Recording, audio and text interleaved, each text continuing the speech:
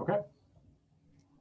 Welcome to another edition of Coffee with the Pastors. So I don't know about all of you, but one of the things I missed most in these days of COVID is just the opportunity we used to have to get together with people and have casual conversation around coffee. I mean, it might have been before or after the services on Sunday in the fellowship hall or the library lounge during the Sunday school time, or it could have been in quilting or Wednesday night alive meals. It just seems like there's layers and layers of time when we could get together and have conversation, catch up with people, and talk a little bit about life at the church. And so this isn't exactly quite the same, but thought we would get a chance as pastors to have some coffee and share a little bit more with folks about what's going on in the life of the church. So we got Pastor Dan and Pastor Kevin here. You've got your coffee. Do you have your coffee? All right. Yay. Well, everybody who's joining us, you can grab a cup of coffee and sit back for a few minutes while we just give you some updates about what's going on in the church. And, Is it okay if it's not church coffee? Is that allowed? Oh, well, I don't know. Yeah. So Folgers. Just a touch better maybe than sometimes what we have in the church, if that's allowed. What? Maybe that's fair for you to say. I'm so sorry. Yeah. You mean your coffee maker at home makes coffee better than that 100-cup big thing that, spews out steam every once in a while? Right.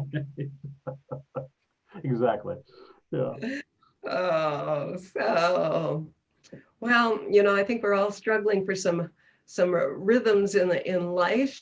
And one of the rhythms I'm discovering is the council meeting of all things, and a place where our leadership gets together and talks about things. I think they really have been worked over more in 2020 than they ever expected to, and I'm so grateful for them. But Pastor Dan, would you mind kind of giving us an update about what council's been talking about lately and what that all means?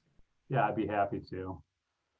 That's really well said too. I do think, our leadership deserves a lot of credit for this year's leadership in particular. A lot of challenging decisions and really, really important discussions around how do you live out a church's mission when everything has changed, when literally the ground beneath us has shifted, and that's been a lot of our reality.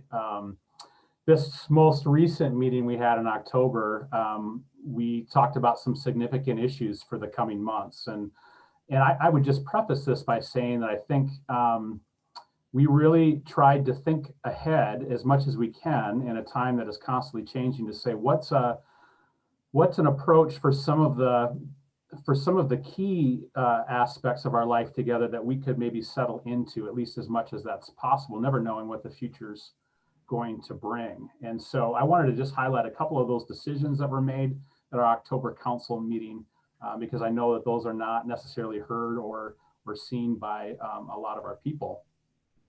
So one of the things that we talked about in October was in-person worship indoors. As many folks know, we had done an in-person service, a couple of them on the same day outside back in early September. In October, we did 3 Saturday nights consecutively to kind of end the month, trying out inside in-person worship and how to do that and the logistics of that.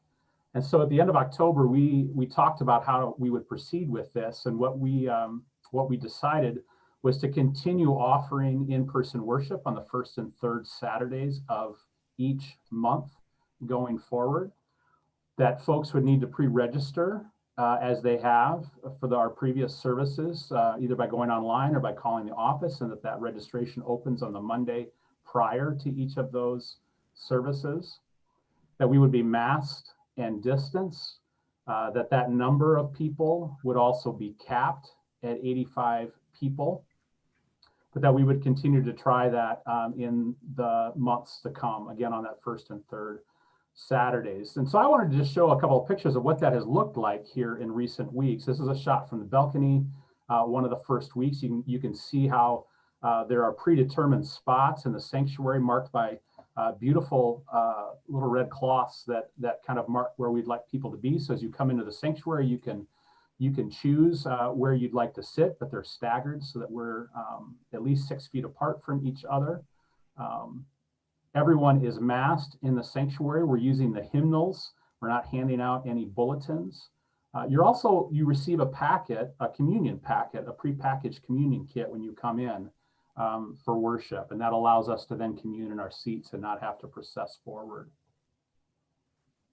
Yeah, it seems like it's worked pretty well. I was a little nervous about it all, but I think that we're trying to model,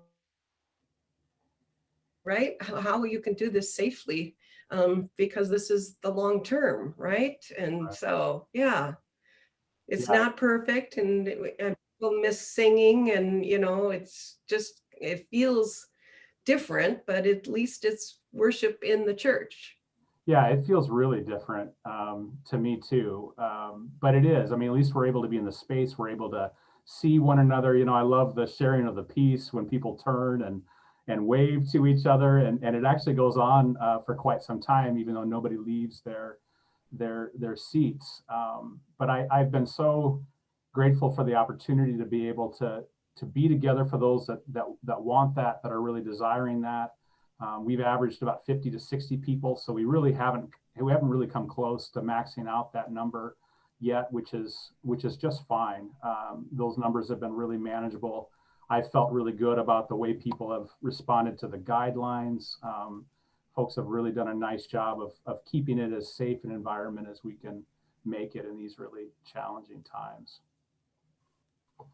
Yeah, I would imagine those numbers might even go down, especially with what's going on in our county right now, and with weather and other things. But it is what it is, and it is an opportunity if people want to take advantage of it. And I certainly hope if people aren't feeling good about it, that they're staying home still.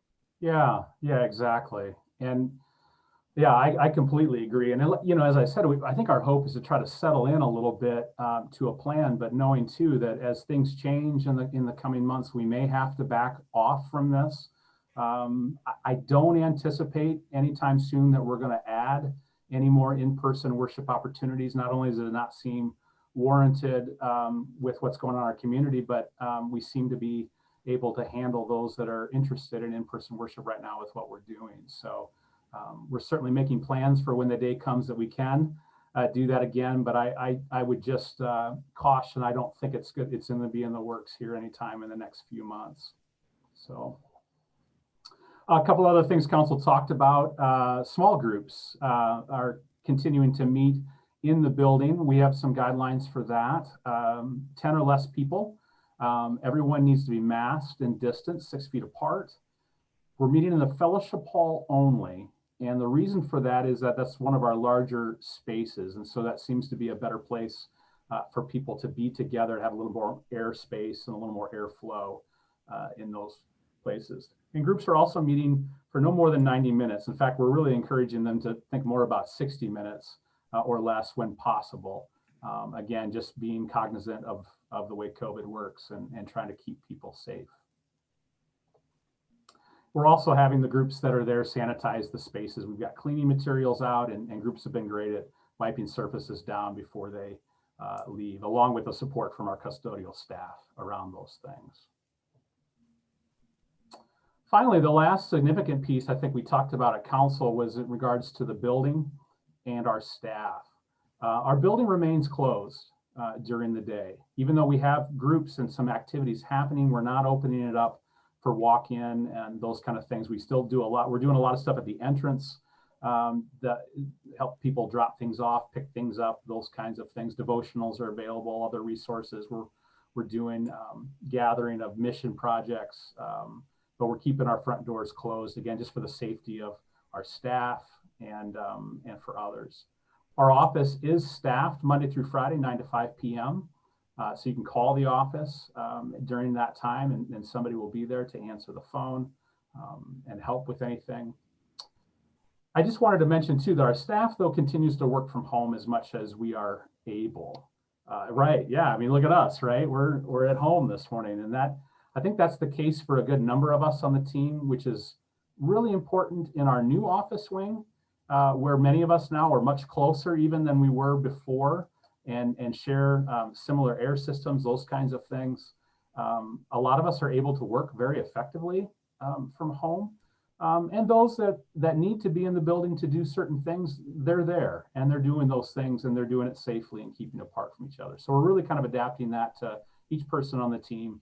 I do just want to say, I think the staff continues to do a phenomenal job of adapting to these really strange times, and really adapting ministry and saying, all right, our methods have changed in terms of what we can do, but our mission hasn't. So how do we live that out? And this group is just such an amazing staff team, not only in terms of their creativity, but their work has just been fantastic.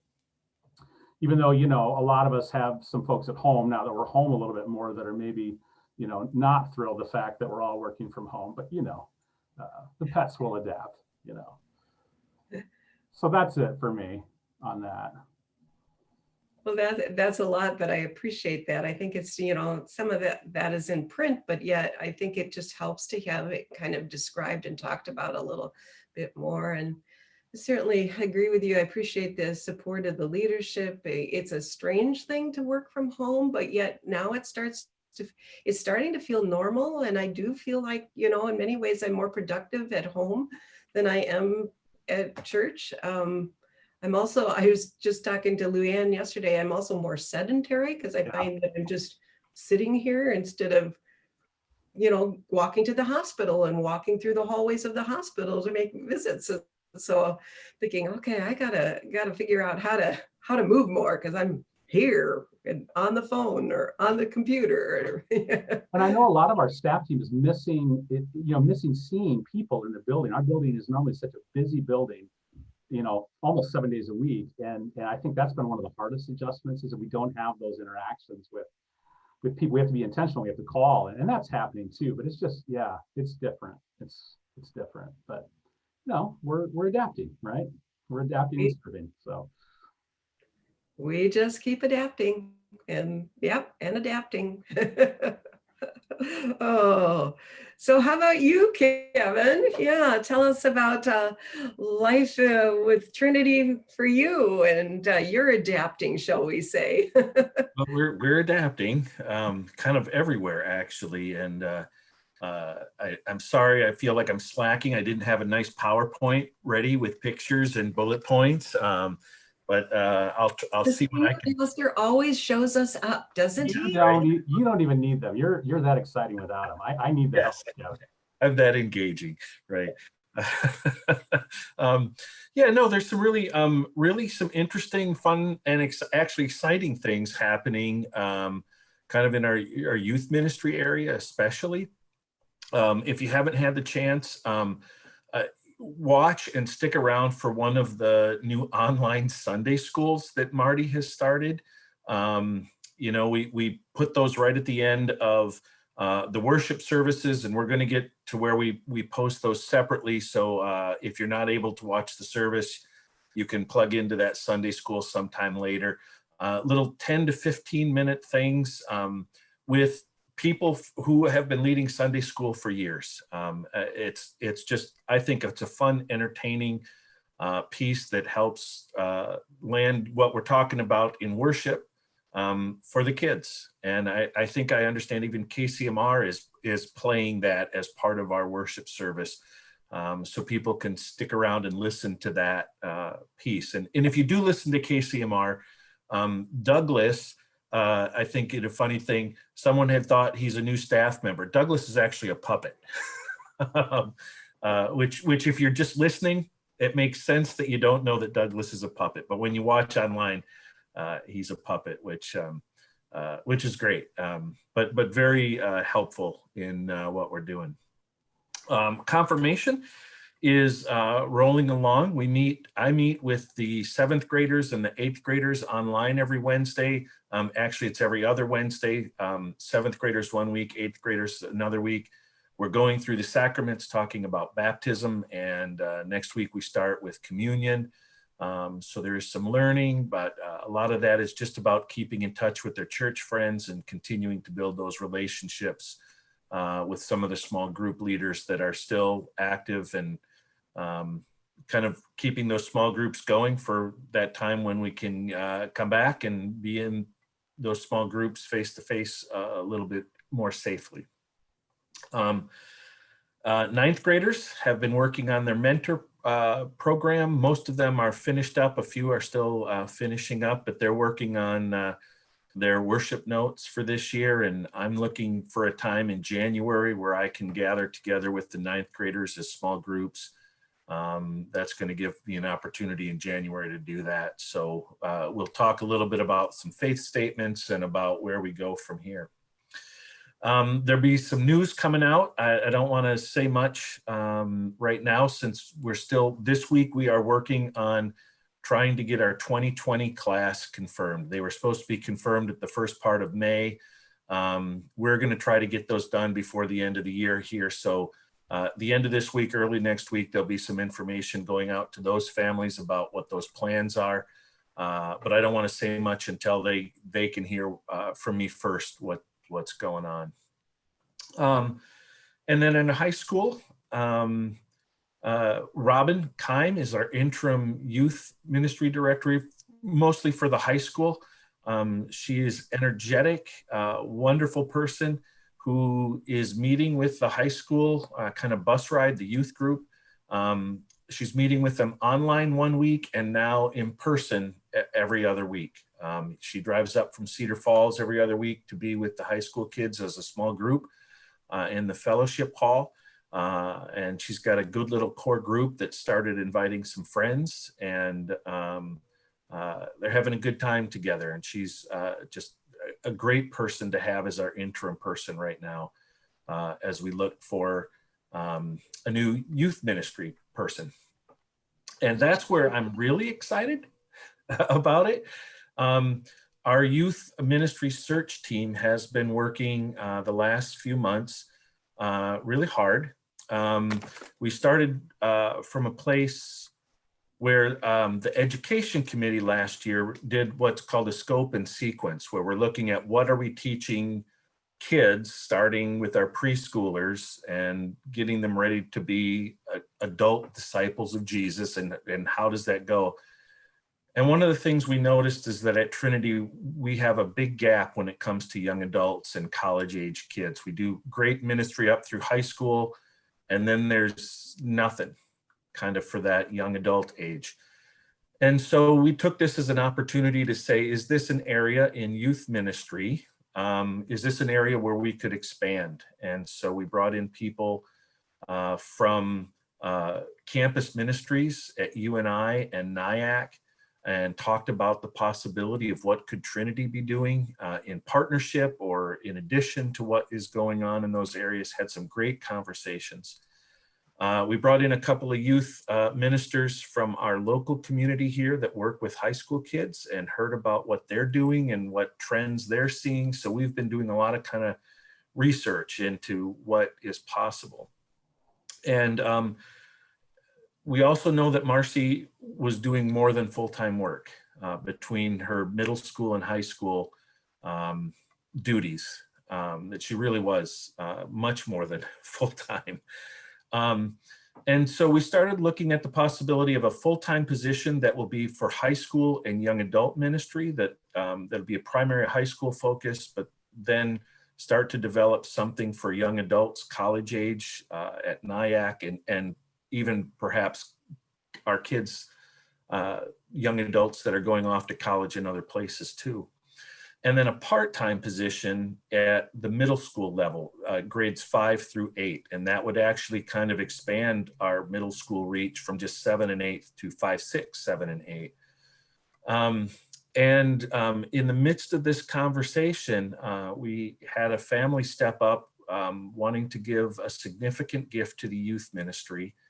And we're working with them to talk about the possibility of funding that part-time position in middle school. It feels a very spirit-led kind of thing. And so where we are right now in that process is we've developed some job descriptions and division of duties, and we've sent those on to personnel and eventually to council to get their feedback and approval before we post and then start doing interviews. And my hope is that shortly after the first of the year, we'll have somebody ready to come into that full-time position for sure. And I think once we get that full-time position filled, then we'll look at that part-time should everything work out for that. So it's really exciting. I'm excited that we're even in the midst of the pandemic and not having a building open, that we're looking at expanding our ministry and growing our ministry in places that we're not, and that we have people and families that are excited to support this ministry and see the importance of it for our youth and for our church and community as a whole. So there's some really exciting stuff going on. That's great. Yeah, it really is just incredible when you think about how the Spirit and God are moving in the midst of these strange times, and how it's really given us this opportunity to look very, very diligently and intentionally at how to expand and do better. And then all these pieces coming into place. It's an exciting time in Yeah. youth and family ministry at Trinity. And then, Robin has been such a great addition, and this gift that came from this family that is just so touching to me. Oh, yeah, it's a beautiful thing. Yeah. Yeah. Well, and speaking of additions to the staff, I guess I'm mindful that if we were in normal times, Coffee with the Pastors would have been fellowship coffee, and we would have speakers. And by this point, we would have had Dr. Matt Gender, our director of music, coming and telling his life story, and there would have been a fellowship hall full of people to hear about him. And so I was just thinking it would be fun to invite Matt, there he is, to join Coffee with the Pastors and say hi to everybody. And yeah, welcome, Matt. We are so glad to have you on staff, and was wondering if you would just share a little bit about yourself. We're all just casually drinking coffee here and talking about life and life at the church. So how in the world did you get to Trinity? And tell us a little about you. Well, yeah, thanks for having me, guys. This is a lot of fun. I'm currently drinking my cold beverage, iced tea. I guess I should have put something on the stove for it being so cold outside. But anyway, yeah. I've loved playing organ since I was pretty much old enough to know what one was. I grew up around the instrument, and I always kind of knew that I wanted to do something with organ. So I went and found a teacher. We studied organ in Florida. Then I went to actually do my undergrad and graduate degrees in organ. So I did my undergrad at the University of Florida. And then I went out to my grad school was in Kansas. I went to KU, did the master's in organ, and then finished a DMA about a year and a half ago. And so that's how I kind of ended up in the Midwest. And then after that, I started looking for work. Finally found a job after a wicked summer. Finally found a job in Albert Lea, Minnesota. And then this post opened up, and it looked really, really great. And it ended up being really great of a transition. So that's how I kind of ended up down at Trinity. And it's been really, really great ever since. Cool. Well, we're glad to have you. So you grew up in Florida. Do you have family then? Yes. Yeah. So I've been all over the country. Was born in New Jersey, but we've lived in Florida. My family's lived in Florida for it's going on 22 years now. So both of my parents still live in Florida, just north of Orlando, so right in the middle of the state. And my brother, I have a younger brother, actually works in Georgia, right close to Atlanta. Okay. All right. So it's your parents and then two boys, huh? Mm-hmm. Okay. Nice. Nice. It has to have been Yeah. a really interesting transition. You know, we've talked a lot, Matt, but I just think having come in basically at the start of the pandemic to a new community, to a new church, particularly in a position like yours, which is all about getting people together, right, to do music, to make music. I mean, how have you navigated that over these last 6, 7 months? How's that been? Well, I think the way that I look at it is I came here to make music, and so I'm going to find any way really to do that because I have a lot of ways to do that. And of course, it's always really nice to be able to do all of them all the time. But since we can't get together and sing as a choir or have handbells as big as we could, I can focus on my other routes of doing music, which is playing organs and doing piano and kind of focusing more on technology to help me out. So I think just setting aside some of the practicing things that I have done and focusing on ones that I don't get to focus on as often. And even though you have been, I mean, you have had some of the ensembles together in limited manners. I mean, the bells have been together. You've been connecting, I know, with the choir over Zoom and other ways, but you've used technology in some ways that have been really exciting. Talk a little bit about some of the things you've done, bringing people together electronically, so to speak. Yeah, so I've been I've been a kind of a techno nerd since I've been in school. And I think in these positions, organists and music directors have to start being technologically oriented, and a lot of them still aren't, but they're coming around. But I really am I'm into technology, so it kind of came easily for me. So we've been going through. I'm really pleased with. I came into Trinity with all of these AV upgrades that have been done in the sanctuary already completed. So I was really happy about that. You guys have already a pretty good system in there. And I knew some of the things that I wanted to do, but our technology for those was still a little bit outdated. So we ended up going through a lot of upgrades, and thankfully Trinity has a new ministry that was able to fund some of these upgrades. So we've got some new cameras, and we got some new tripods and that kind of stuff. And I brought in all of my technology that I've collected over the years at the adverse effect of my wallet. So I brought all of that stuff in and kind of combined it all and tried to start experimenting with things that I've already seen. For instance, I came across a video, I can't remember when or where, but I did come across a video of a person that had filmed himself playing all of the parts of a handbell piece. And I was like, I want to do that.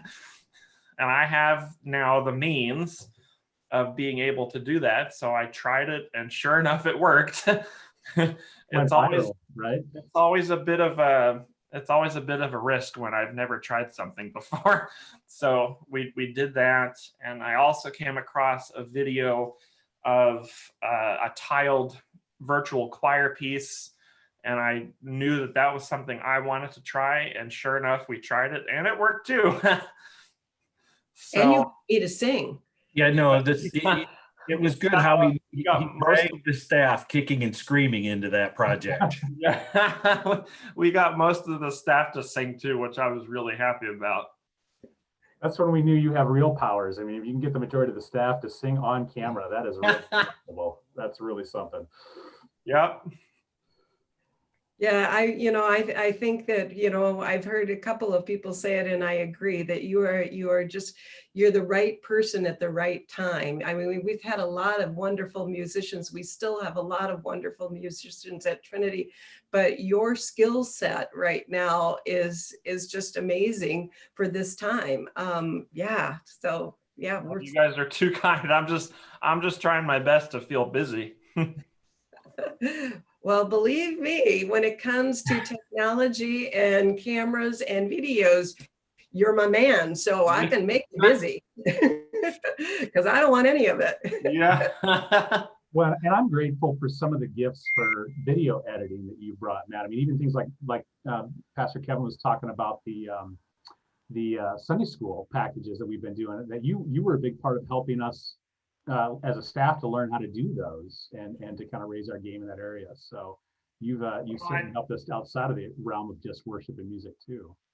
Yeah, I had a pretty basic knowledge, but I knew going forward that was another one of the upgrades that Trinity invested in, which is turning out to be really fruitful. I knew going forward that into the digital age, even after the pandemic has ceased, that we would still find use for this stuff. So we bought Premiere, and I had a pretty basic knowledge of it, but even through teaching some of the staff people how it works, I've learned so much more than I really knew before. So it's been a learning experience, I think, all across the board. Yeah. Yeah, I think I've been talking to staff, you know, kind of just in terms of thinking about how learning some of this technology is actually part of our jobs now. I mean, you know, we would always have a continuing ed kind of a budget and a time set aside, but a big chunk of, not a big chunk, but a chunk of what we do now really is around learning new technologies, new ways of engaging people, you know, doing things both ways, and that can be frustrating sometimes, but that's also really a part of the work that we're doing in order to continue ministry. Yeah. Whether we like it or not, it is ministry now to be doing things on it and learning about technology. So yeah. The one thing that we overlook, that we tend to overlook, is the fact that Trinity, the staff and people, first of all, have a desire and want to learn something new. A lot of churches that I've been with, they just want to keep doing the same thing over and over again for many, many years. And I think the greatest thing about the staff and the congregation is that they have that desire to want to do new things. Well, that's what it's all about. Living this life is all about transformation, and you know, that's recreating and keeping going, and yeah, So what I believe we're called to do. So not to take Kathy's MC job, but what are there some projects you've got bubbling in the background and in the works that are going to be you're working on? Yes. Yeah, there's always something fuming in my brain. Yeah, I've got at least 2 more tiled handbell videos in the works, and I'm starting the process of working on another virtual choir video. So we're going to sing a Christmas carol, because I think the timing is going to work out that it'll end up getting finished probably in the middle of December. So we're going to do that. Yeah, I'm working on kind of upgrading my AV stuff now. I have the means to kind of upgrade that so I can get more projects underway. I've got a couple full-length organ recitals that I'm trying to keep maintained so that I can premiere them when we can eventually get back together. So those will be a lot of fun. Silent movies are always in the question, so we'll have to premiere another one of those. Just trying to find ways to kind of get people together safely and make music as much as I can. Well, talking a little bit about Christmas, that's kind of this perfect segue, since I am the MC here. You know, I start to move in when the time gets too long. So this has been a lot of fun, and so much so that I'm thinking maybe we should do this on a little bit more regular basis now that I'm back from sabbatical. We did one before sabbatical, and I'm back now, and I'm thinking maybe even another one pretty soon, so we could talk about Advent and Christmas. It's hard for me to believe that it's coming so soon, but it is right here knocking at our door. So I guess I'm thinking maybe if you are all up for it, maybe we could do this all again sometime soon, grab our coffee cups and talk about Advent and Christmas and let people know a little bit more about what's coming up that way. What do you think? Yeah, that sounds great. Sounds good to me. If Matt can get me to sing on camera, you can get me to talk. Oh, it sounded good, guys. All right. Well, thank you, Matt, for joining Coffee with the Pastors. Thank you, Pastor Kevin, Pastor Dan, and thanks to everybody who's watching us. Have a great day and blessings to you.